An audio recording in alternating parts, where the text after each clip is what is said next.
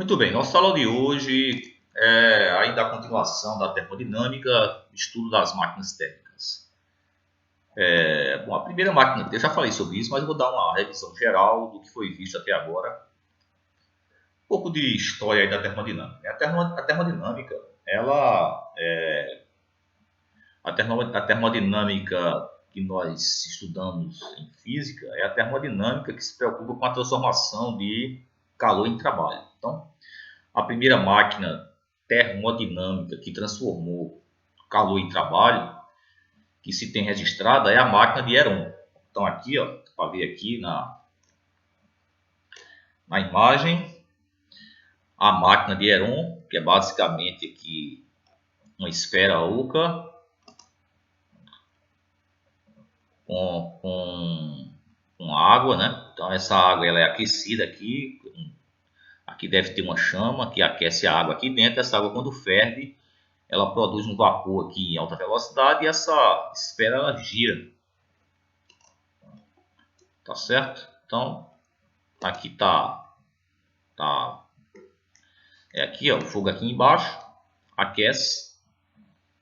E aí a máquina aqui, a água aqui ferve e produz um vapor e faz girar a esfera, que de fato é uma transformação de calor em energia mecânica, em movimento. Certo? Isso foi século I na Grécia. Mas essa máquina, apesar de transformar calor em movimento, ela não tem eficiência, né? Não tem como uma aplicação prática mesmo assim para funcionar, de fato, para fazer alguma tarefa, de fato, algum tipo de tarefa útil, né? Um tipo de aplicação útil para a humanidade. Não tinha aplicação útil, mas é o princípio básico da máquina térmica. O princípio básico é isso aí, a transformação de calor em movimento, e é usado nos automóveis hoje, pelo menos por enquanto, tá certo? Mas a primeira, deixa eu procurar aqui, ó, a primeira máquina de fato eficiente, ou seja, a termodinâmica moderna, a termodinâmica que a gente estuda hoje, ela começou mesmo a partir de aqui, ó, de um protótipo produzido pelo cientista alemão Otto von Guericke. Tá aí, ó, Guericke, físico alemão. Tá aqui, ele produziu uma bomba de vácuo. Uma bomba de vácuo que eu não vou descrever aí, porque não é o interesse da gente, mas basicamente é conhecida como a primeira, de fato, primeiro protótipo com alguma eficiência aí, a primeira máquina térmica depois dos gregos. Uma certa eficiência, mas sem eficiência muito baixa. E foi criada em 1650. Tá certo? Enquanto a máquina dos gregos foi criada no século I, a máquina de Otton, que é a bomba de vácuo, foi criada já em 1650, já depois de Cristo, claro. 1650 depois de Cristo. Depois de Otton, Robert Hooke, que é o inglês, juntamente com outro Robert Boole, criou outra bomba que é a bomba de ar. A bomba de ar foi criada por esses dois ingleses, também é considerada uma máquina térmica. Só que, de fato, o motor que é usado nos automóveis, ele teve seu primeiro protótipo com um cientista, que é essa máquina aqui, ó, que é o motor de Stirling. Um cientista, cadê o Stirling aqui? Tá aqui, ó. Robert Stirling foi pastor escocês e inventor do motor de Stirling. Stirling nasceu, herdou do seu pai, engenharia, estudou na universidade não sei de que, em Glasgow, ok. Bom, então o motor de Stirling está aqui, de fato, ele é muito semelhante ao motor do automóvel hoje, semelhante, claro. Motor, claro, o motor é muito mais eficiente, o motor do automóvel hoje recebeu várias tecnologias durante todos esses anos, mas aí o motor de Stirling, de fato, é uma máquina térmica que tem uma eficiência, tem uma aplicação prática, né, que é o motor do automóvel. E isso foi em 1816, tá certo? Século XIX, 1816, uma máquina mais eficiente, motor de Stirling. E nós vimos na aula passada um vídeo. Depois de 1816, aí aqui, ó, 1824, esse cientista francês aqui, Nicolas Léonard Sadi Carnot, físico, matemático, engenheiro mecânico francês, que deu o primeiro modelo teórico de sucesso sobre máquinas térmicas, o ciclo de Carnot, e apresentou os fundamentos da segunda lei da termodinâmica. Então, a máquina de Carnot é uma máquina, não uma máquina prática como o motor de Stirling, é uma máquina teórica, certo? Essa máquina teórica proposta por Carnot em 1824 é uma máquina que tem eficiência máxima. Agora, essa eficiência máxima também é proposta por Carnot, né? A segunda lei de termodinâmica proposta por Carnot afirma que essa eficiência passa longe de 100%. Não pode ser 100% nem perto de 100%. Mas a máquina de Carnot, que é uma máquina estritamente teórica, é uma máquina que não diferente de, ela não é um protótipo que ele construiu, ele idealizou. É uma ideia, tá certo? Então a máquina de Carnot ela não existe de fato, ela é uma máquina teórica. Mas essa máquina proposta por Carnot, ele afirma no Teorema de Carnot, está aqui, ó, Teorema de Carnot, anunciado em 1824 por Sadi Carnot, em seu artigo aí, em francês aí, eu não vou saber falar francês, sobre, em português, ó, sobre a potência motriz do fogo. Eu não hablo muito bem nem português, quanto mais francês. Então, é um teorema que impõe um limite à eficiência de uma máquina ideal. Certo? Essa máquina, do qual não existe, certo? Ela não tem atrito, não tem som, não faz barulho, ou seja, é uma máquina perfeita, idealizada e que garante que essa máquina, ele prova, né? Isso aí tem como demonstrar isso através das teorias da termodinâmica, que essa máquina tem um rendimento máximo. E uma máquina funcionando em ciclos, ela tem seu rendimento máximo obedecendo o teorema de Carnot, que a gente vai ver aí na aula de hoje, ok? Então tá aqui, ó. A máquina de Carnot realiza 4 ciclos, uma expansão isotérmica, uma expansão adiabática, isotérmica, temperatura constante. A expansão isotérmica é a temperatura quente, TH. Uma expansão adiabática não envolve calor, a transformação adiabática não envolve calor. Essa expansão ela muda a temperatura da máquina de quente para fria. Uma compressão isotérmica, a temperatura fria, e uma compressão adiabática em que o calor, a temperatura da máquina volta de fria para quente, fechando o ciclo. Tá certo? Aqui ele afirma que essas duas etapas adiabáticas não há troca de calor, ok? Especificamente a etapa 1, na qual a máquina recebe calor recebido ao longo de uma isoterma, né? E o calor dessa isoterma é dado por essa relação aqui, ó, no caso de um gás ideal. No caso de um gás ideal, o calor recebido pela máquina na transformação isotérmica, na expansão isotérmica, é NRTH, que é a temperatura quente, vezes o logaritmo natural de aqui, ó, VB, que é o volume final na transformação isotérmica, sobre VA, que é o volume inicial na transformação isotérmica. Esse é o calor recebido pela máquina na expansão isotérmica. Na compressão isotérmica, aqui na compressão isotérmica, é N, calor fornecido pela máquina, o calor fornecido, perdido pela máquina, esse calor vai ser transformado em trabalho.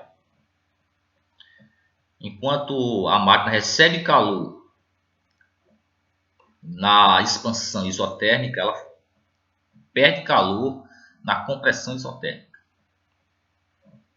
E aí esse calor perdido vai ser o N, que é o número de mols do gás, vezes o R, que é a constante universal do gás, temperatura fria, logaritmo natural do volume inicial agora, sobre o volume final. Esse volume inicial aqui, final, diferente de... Isso a gente vai ver tudo aí na aula, né? Ele foi invertido porque aqui a máquina perde calor, esse calor vai ficar negativo, aí depois a gente vai ver que esse logaritmo aqui inverte, em vez de ficar final em cima e inicial embaixo, como está aqui, vai ficar inicial em cima e final embaixo, volume. Ok? E aí, depois de algumas contas, nas transformações adiabáticas, faz-se algumas contas, a gente pode fazer essas contas aí, só para tirar a dúvida. É possível concluir que os 4 volumes envolvidos na transformação têm essa relação aqui. VB está para VA, assim como VC está para VD. Ou seja, o volume B, aqui ó, o volume no estado B está para o volume no estado A. O volume no estado final aqui, na primeira transformação isotérmica, está para o volume no estado inicial, assim como o volume no estado inicial está para o volume no estado final. Essa relação aqui de volumes, nós vamos deduzir aí para ficar mais claro, tá certo? Como matemática não é filosofia, não adianta ficar filosofando aqui, não adianta estar blá blá blá. Então, só lá na hora que a gente for fazer a demonstração, a gente vai entender essa relação, que é extremamente importante para demonstrar o teorema de Carnot. Baseado nessa relação de volumes, aí a gente vai chegar à conclusão exatamente do que diz o teorema aqui, ó. Teorema de Carnot. O rendimento é dado por 1 menos a máquina de Carnot. Não existe uma máquina térmica com rendimento superior à de uma máquina de Carnot. E esse rendimento máximo é dado por 1 menos a temperatura da fonte fria, e ó, cold fria, sobre a temperatura da fonte quente, hot, quente. Então, esse rendimento dessa máquina, ela depende dessas duas temperaturas, a temperatura da fonte fria e a temperatura da fonte quente. Qualquer máquina de Carnot operando entre um mesmo par de temperaturas, T cold e T hot, temperatura fria e temperatura quente, possui a mesma eficiência, independente do gás ou material empregado na construção da máquina. Então, a máquina de Carnot tem um rendimento máximo, dependente do material e do gás usado, e a eficiência, o rendimento é dado por essa relação que depende dessas diferenças entre as duas temperaturas, das temperaturas das fontes quente e fria. Ok? Essa demonstração do teorema de Carnot nós vamos fazer aí no quadro, apesar de que, como eu já falei, ela usa um pouquinho de cálculo, matemática de ensino superior, mas o mais importante é a gente entender o teorema. Ok? Vamos lá. Muito bem, então, em 1824, Sadi Carnot, que é francês, pelo nome já dá para imaginar que é francês. Ele propôs que um teorema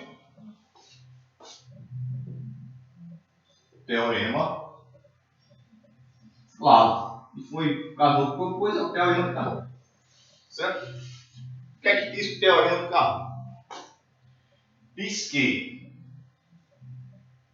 nenhuma máquina térmica consegue render mais do que isto aqui, isso aqui.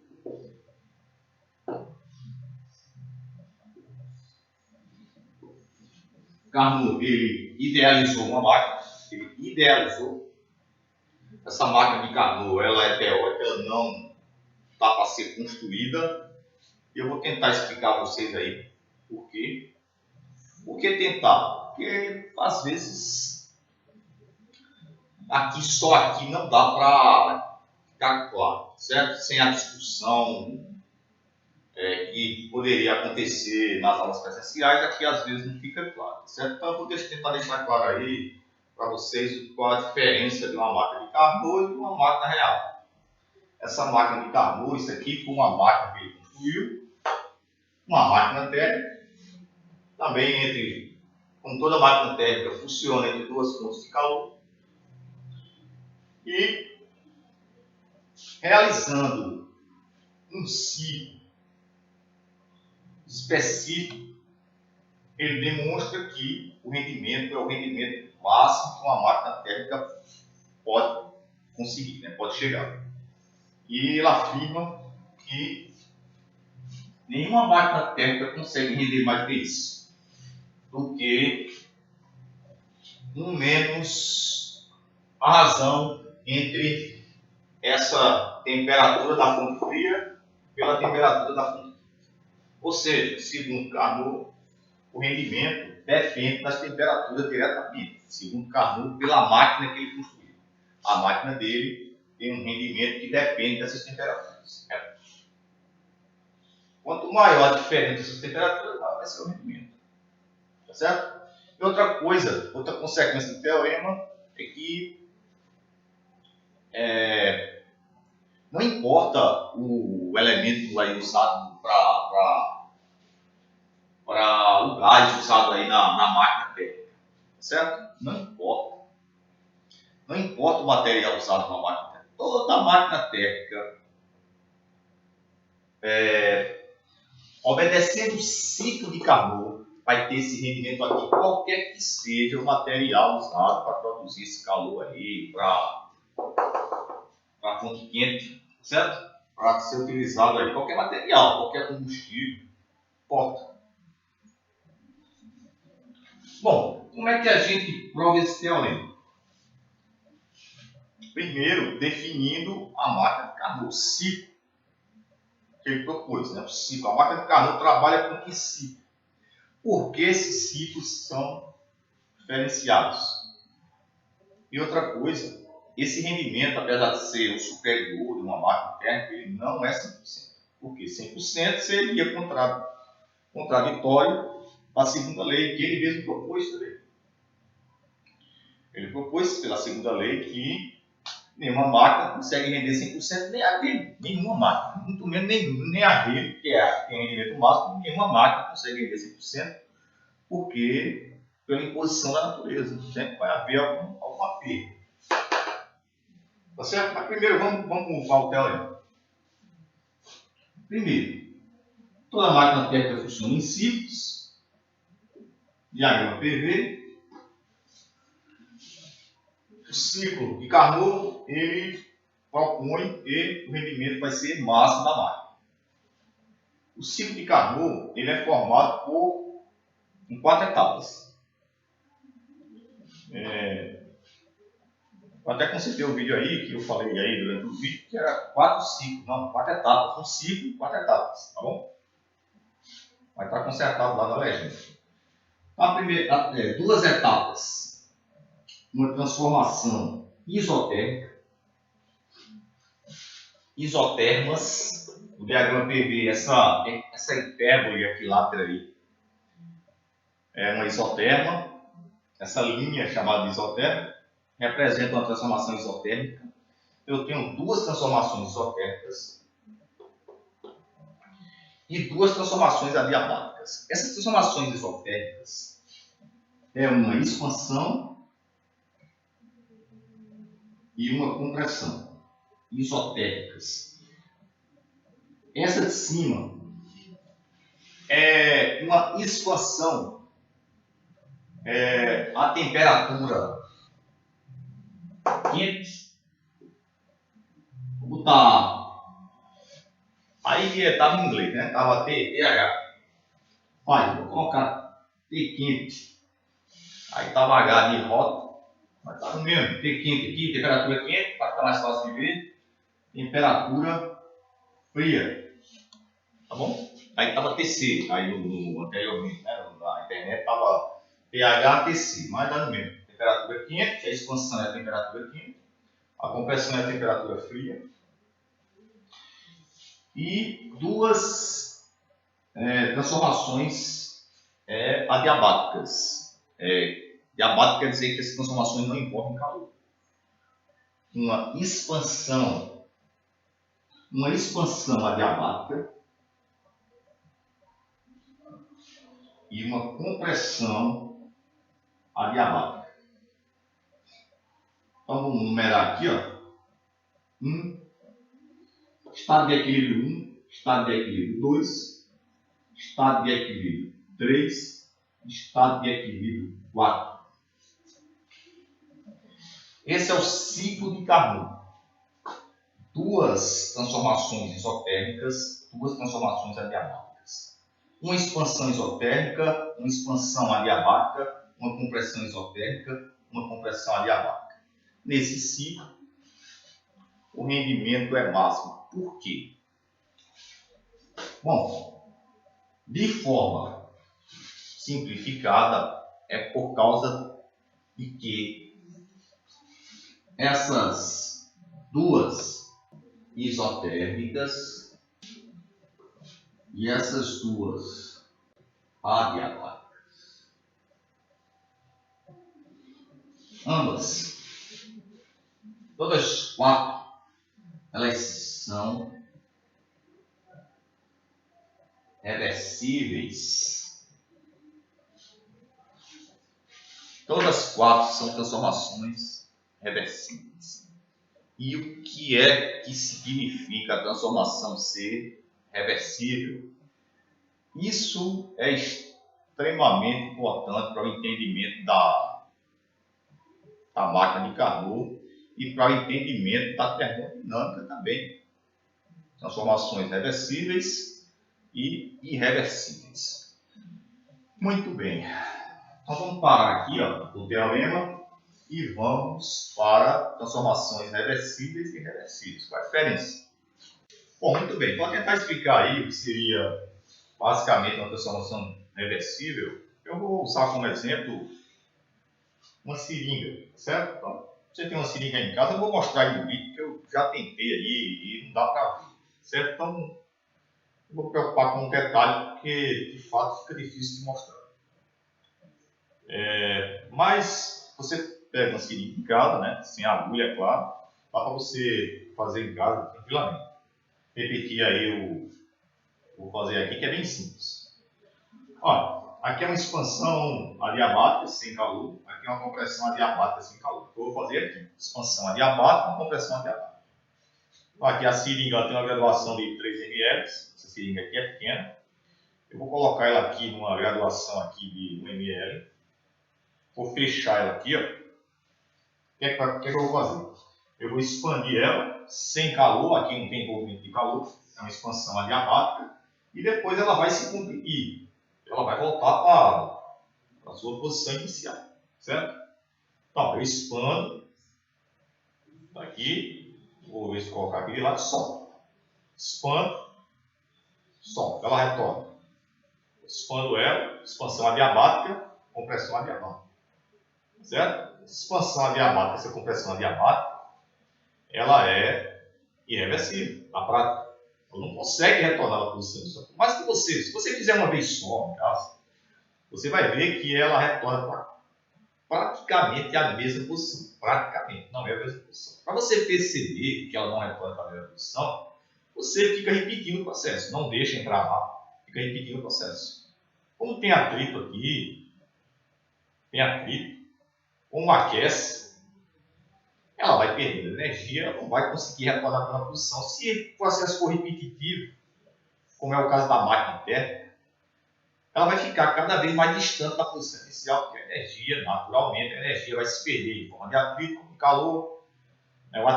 O atrito gera calor, esse calor não pode ser reaproveitado. Então, na prática, ela não consegue retornar à posição inicial por causa do atrito, por causa do som que é produzido. Ou seja, a energia vai se perder, não tem como evitar isso. Então, esse processo aqui de expansão e compressão adiabática, na prática, ela é irreversível. Por quê?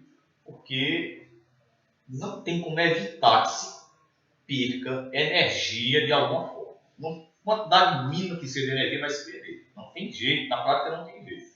Na teoria tem, eu posso considerar na teoria essas transformações totalmente reversíveis. Um exemplo aqui, ó, outro exemplo para mais fácil de entender. Exemplo bem simples. Aqui é o solo e aqui eu tenho uma bolinha de borracha. Tá certo? Considere que essa borracha aí é bastante elástica. A borracha dela é elástica e ela bate e pula, aquelas bolinhas que pula bastante, tá certo? Mas se eu solto ela dessa altura, dessa altura aqui, ao bater no solo, ela não consegue retornar dessa altura. Ela não consegue mais atingir a mesma, exatamente a mesma altura, por melhor que seja a elasticidade da borracha, ela não consegue. O processo não consegue, por si só, espontaneamente, se refazer para as condições iniciais pelo mesmo caminho, sem fornecimento extra de energia. Isso é o que acontece na prática, certo? Quando eu tenho um processo, uma máquina térmica, toda máquina térmica trabalha em ciclo, nenhuma dessas etapas, na prática, pode ser reversível. Mas a teoria pode. Então, a máquina de Carnot é uma máquina teórica. Então, todas as etapas são reversíveis, ok? E aí o aproveitamento é massa. Nenhuma máquina consegue obter o rendimento da máquina de Carnot. Porque a máquina de Carnot, os processos são reversíveis. Bom, eu vou dar um exemplo aí, antes da demonstração, por quê? Porque a demonstração, ela envolve, eu já falei, matemática de cursos superiores. Então, para o ensino médio, isso não é necessário, não é exigido no ensino médio. Só por curiosidade, se você quiser ver a demonstração do teorema, depois que eu acabar o exemplo, aí se você quiser assistir a demonstração vai estar no vídeo aí, tá certo? Mas se depois do exemplo, se você quiser encerrar a aula, nenhum problema, porque a aula encerra ali. A demonstração fica como um apêndice aí, se você tiver curiosidade de ver, tá certo? Como é o cálculo feito para demonstrar o teorema de Carnot. Ok? Então vamos fazer um exemplo aí do teorema de Carnot, é simples. Exemplo. Bem simples. Tem uma máquina térmica, vou nem fazer anunciado máquina térmica, suponha. E aí, ó, aqui eu tenho a fonte quente, essa fonte quente, ela fornece uma quantidade de calor Q1. Essa máquina realiza trabalho e desperdiça uma certa quantidade de calor Q2. Então basta saber as temperaturas dessas fontes para calcular o rendimento da máquina.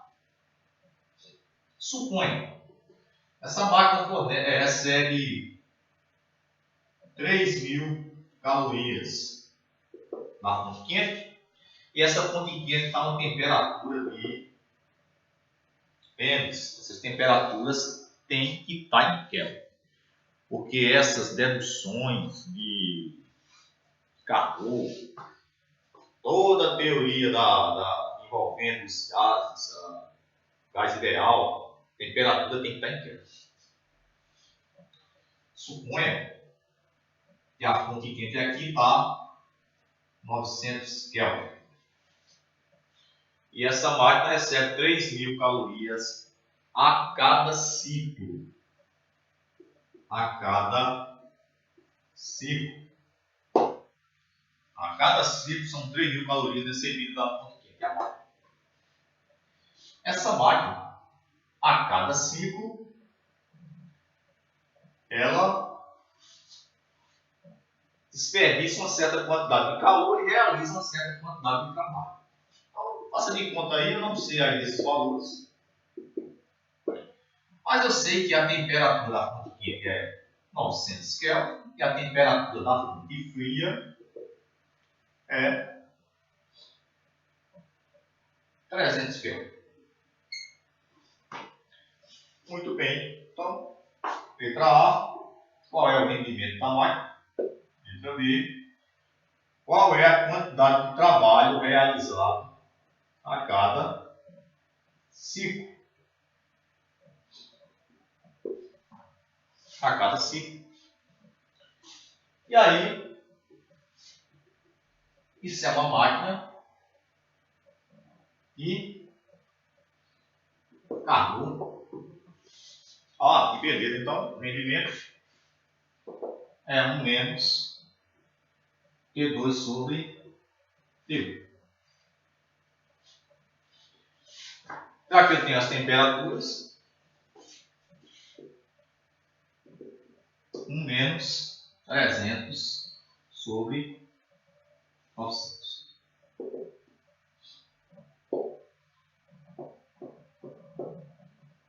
1/3.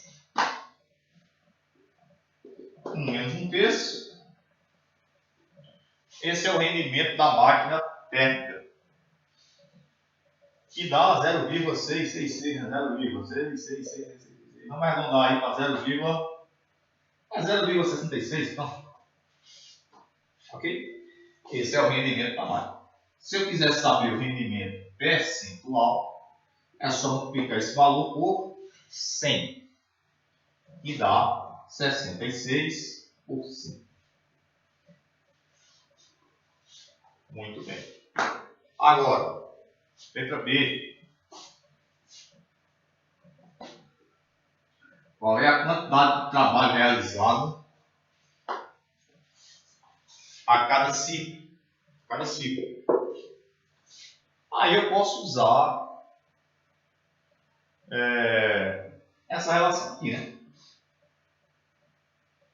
O rendimento é também trabalho sobre tempo. Isso serve para qualquer máquina térmica, inclusive para a máquina de Carnot. Para a máquina de Carnot serve esse e também serve esse. Para as máquinas térmicas reais, esse aqui. Nenhuma máquina térmica consegue o rendimento de Carnot, nenhum. Okay? Mas como essa máquina é de Carnot, tanto faz usar isso ou isso. Se eu já sei o rendimento dela, posso usar esse valor aqui ou esse. Tá certo? Vou usar 2/3 aí. E aqui eu tenho um decimal exato, então vou usar 2/3 igual a dado sobre Q1. Foi dado 3.000 calorias. Q1, 3.000 calorias. Então, dado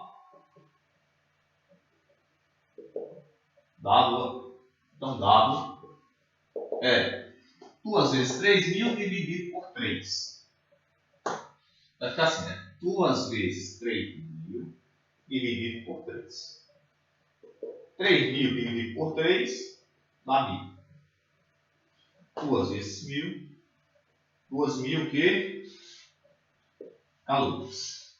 Então, a cada ciclo, a máquina realiza um trabalho de 2.000 calorias. Uma caloria, aproximadamente 4,18, vai arredondar para 4,2 joules.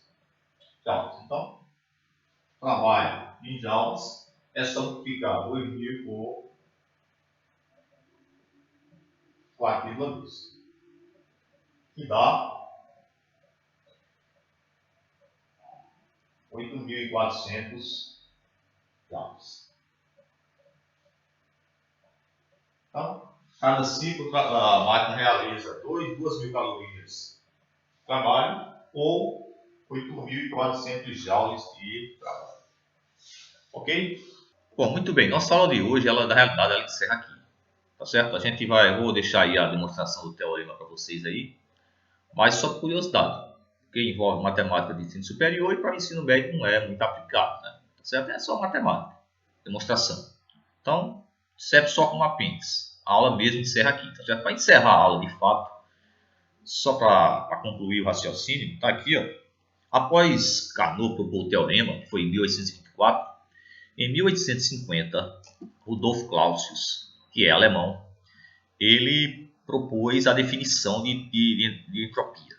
Okay? Ele estabeleceu, introduziu o conceito de entropia, que é extremamente fundamental na termodinâmica. Quando o Carnot propôs o teorema, não se falava em entropia até então.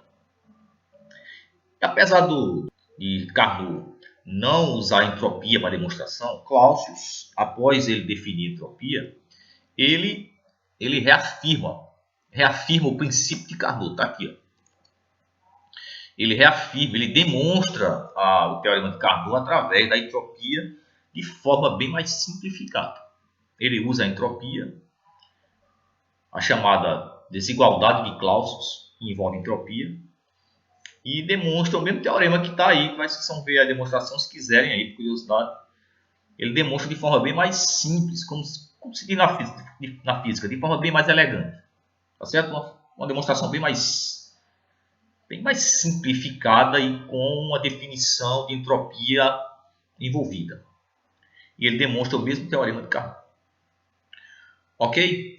Então, para os meus alunos do segundo ano, a aula fica por aqui. A demonstração aí é só como apêndice, curiosidade, se você quiser. Ok? Então, até a próxima.